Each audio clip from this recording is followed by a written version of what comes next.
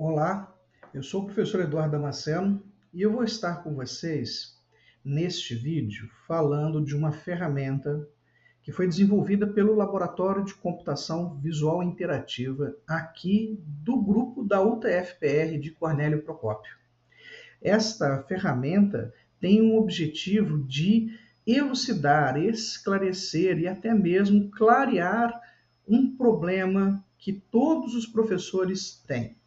Quando os professores estão exercendo a sua função de planejamento das suas aulas, de organização didática e pedagógica, eles enfrentam, todos nós enfrentamos, um desafio: combinar os vários ambientes de ensino. E que ambientes de ensino são esses? Os primeiros ambientes que nós conhecemos é a nossa sala de aula, hoje determinada como sala de aula física ou presencial. Mas desde 2019 nós enfrentamos a pandemia e tivemos forçadamente uma sala de aula síncrona, que agora ela é digital e é independente do local físico. E também combinamos com várias atividades que são assíncronas, que podem ser feitas fora do ambiente ou num tempo que é diferente do tempo presencial ou do tempo que o professor está trabalhando. Junta-se a isso o fato que muitas das nossas atividades pedagógicas utilizam recursos digitais, físicos, manipuláveis, né? Diversos tipos. Então, nós temos atividades que são de prática e também nós temos as atividades que estão relacionadas aos simuladores. Boa parte da educação, né, tecnológica, da educação profissional e da educação superior vive utilizando simuladores, né, para suas atividades. E como utilizar ou como visualizar essas transposições a um ponto que eu estou numa sala física, depois eu tenho uma atividade de para casa, uma atividade que é uma atividade assíncrona. Dentro dessa atividade assíncrona, eu posso exercer uma prática, pode ser supervisionada ou não. Se ela é supervisionada, ela pode ser remota ou síncrona. E se ela pode ser simulada, ela pode ser repetida com um custo cada vez menor. Então, eu vou mostrar para vocês essa ferramenta que foi batizada como Lemel Studio BR. Então, aqui, ó, vou mostrar para vocês esse software chamado Lemel. Tá? O Lemel Studio BR é uma ferramenta aqui, como eu já falei, foi desenvolvida pelo nosso grupo, né? E o que nós vamos utilizar dela aqui? Né? Nós vamos visualizar o nosso ambiente de sala de aula presencial. Então, a nossa sala de aula presencial começa aqui, né? Eu tenho um espaço definido, tudo que eu quero falar que vai acontecer na sala de aula presencial, eu vou falar que foi nesse ambiente aqui. E aí, agora, eu vou colocar um ambiente de uma tarefa de casa, um momento online e assíncrono, ok? Um ambiente que eu não tenho controle sobre o tempo, está por cargo do aluno, do aprendente a utilizar. E aí eu vou começar o meu processo aqui, o processo de início e fim, vai começar e eu vou apresentar um conteúdo. Esse conteúdo ele sempre vai ser o que fazer e como fazer. Então, o que fazer? Eu vou colocar aqui, seja a apresentação da, vamos pegar aqui, eu não quero fazer uma coisa voltada para a computação, que é a minha área mãe, mas eu quero fazer uma área genérica, tá? Então, vou colocar aqui uma apresentação da aula ao professor. Como fazer? Eu vou fazer uma apresentação expositiva.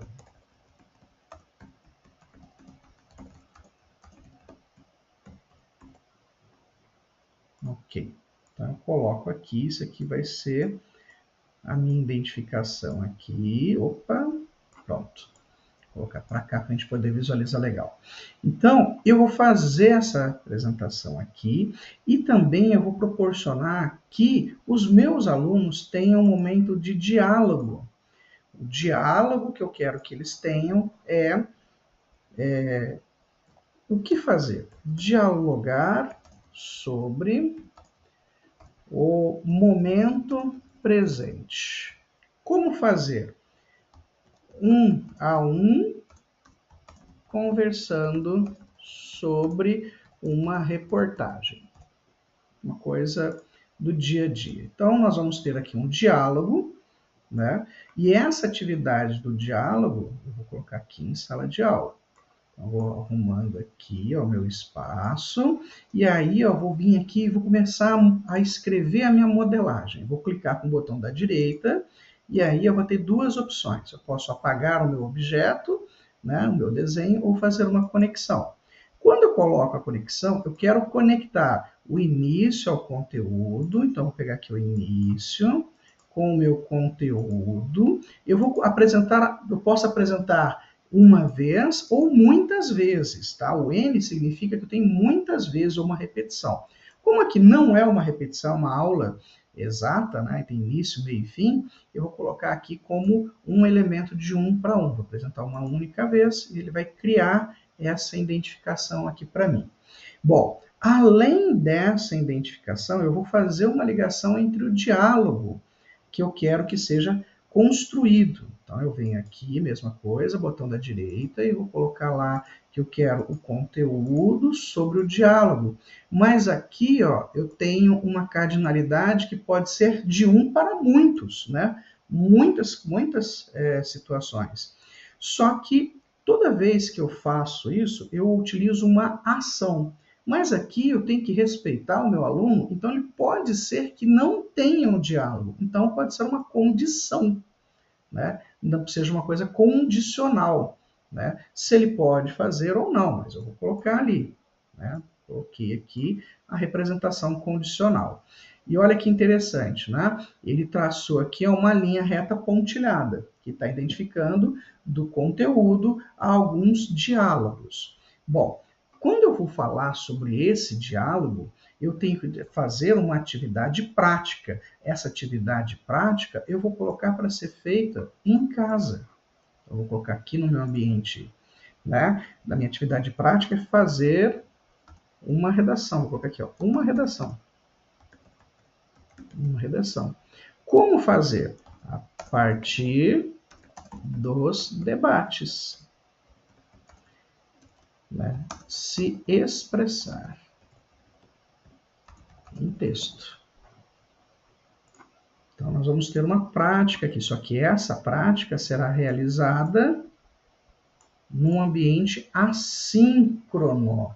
Assíncrono. Então, eu vou pegar e vou fazer a ligação aqui dessa prática do diálogo com a prática que é uma redação, e aí eu tenho pelo menos uma vez, né? Vai ser pelo menos de 1 para 1, né? Mas eu tenho certeza de que tem alguns alunos que podem não entregar essa prática. Então, eu coloco lá que ele pode ser de 0 a 1, né? E essa aqui é uma ação também condicional, né? Eu não tenho certeza que vai acontecer. Então, eu já tenho essa outra ligação aqui. E a partir daqui, eu vou ter que armazenar o meu feedback. Esse feedback pode estar de novo na sala física, pode estar aqui numa sala física, e esse meu feedback deve ser pensado. Como é que eu vou dar um feedback? Eu vou dar um feedback e vou ter algumas diretrizes para esse feedback. Vai ser por organização do meu texto, vai ser por tópicos frasais, vai ser por indentação de texto, vai ser por raciocínio lógico. Então, eu vou fazer aqui, vou dar esse meu feedback a partir do raciocínio do aluno. Como que eu vou fazer isso? Eu vou fazer isso, vou procurar, por exemplo, indicadores de desempenho de escrita, por exemplo, né? Vou colocar ali e isso nós vamos trabalhar aqui no nosso feedback. Então, nós vamos ter aqui, ó, uma prática que vai levar, vamos colocar aqui a prática, todas as práticas vão levar pelo menos de um ou mais feedbacks, né? Muitos feedbacks. Então, vamos dar aqui o feedback, e é uma ação, né? Uma ação mesmo, não é condicional, eu tenho que fazer isso para todos.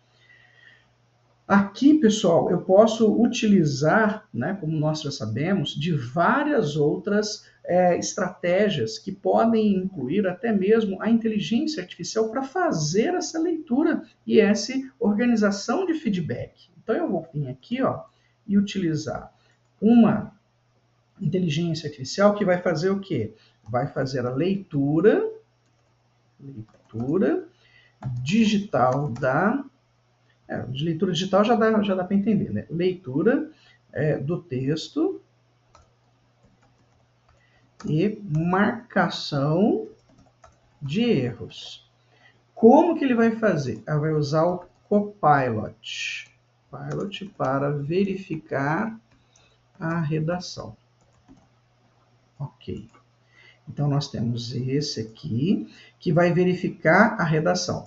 Mas será que essa aqui, ele vai me dar um feedback para o meu aluno, ou ele vai me auxiliar a dar um feedback? Então, eu acho que vai ser assim, ó, uma conexão que nós teremos o agente da IA em direção ao feedback. E aqui, ó, é uma condicional. Então, nós temos lá o agente da IA, acionando vários feedbacks, ele fez ali a ligação para o condicional. Né?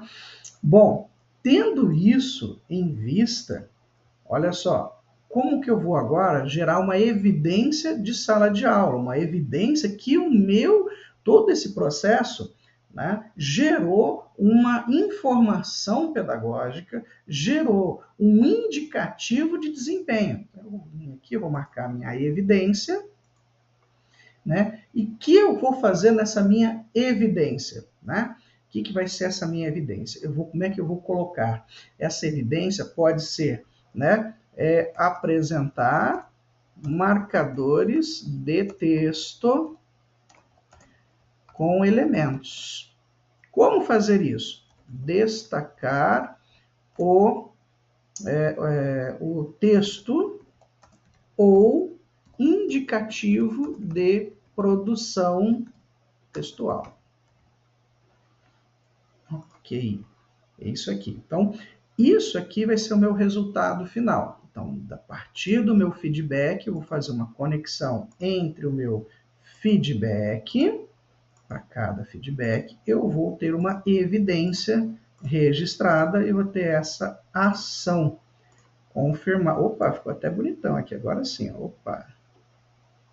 Ali, né? Ficou mais bonito assim.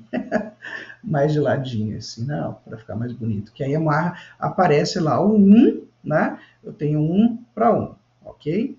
Então, esse aqui seria a minha evidência principal. Bom, esse aqui é uma atividade de sala de aula que agora eu estou conseguindo visualizar todas as etapas e vou utilizar os meus artefatos tecnológicos, meus artefatos de trabalho para visualizar o andamento. Quando ele é assíncrono, quando ele é síncrono, quando ele é uma tarefa para casa, quando ele é uma tarefa, né, uma atividade experiencial ou por um simulador, ok? Eu vou vir aqui, ó, só vim depois em salvar, vou chamar isso aqui de aula presencial, né? Vou chamar aqui de leitura de texto, né? Isso é redação, né? Redação. Ele vai salvar arquivo no formato LEMEL, que é o formato escolhido para esse software, tá? Salvou aqui, ele salvou as conexões e eu posso tanto exportar, né? Vou exportar para colocar lá no Word, colocar em alguma outra transparência, ou eu vou imprimir, né? Ele está gerando aqui, ó, ele gerou aqui. Deixa eu colocar aqui mais um pouquinho, né? Opa, vou colocar aqui 500%. Opa, ficou muito grande. 150%. E aqui eu consigo visualizar todo o andamento do meu processo, ok? fechar aqui, né? E é isso, pessoal. Muito obrigado. Esse é o primeiro tópico. Depois teremos mais outros vídeos falando sobre, né, a ação propriamente dita. Grande abraço, até o próximo vídeo.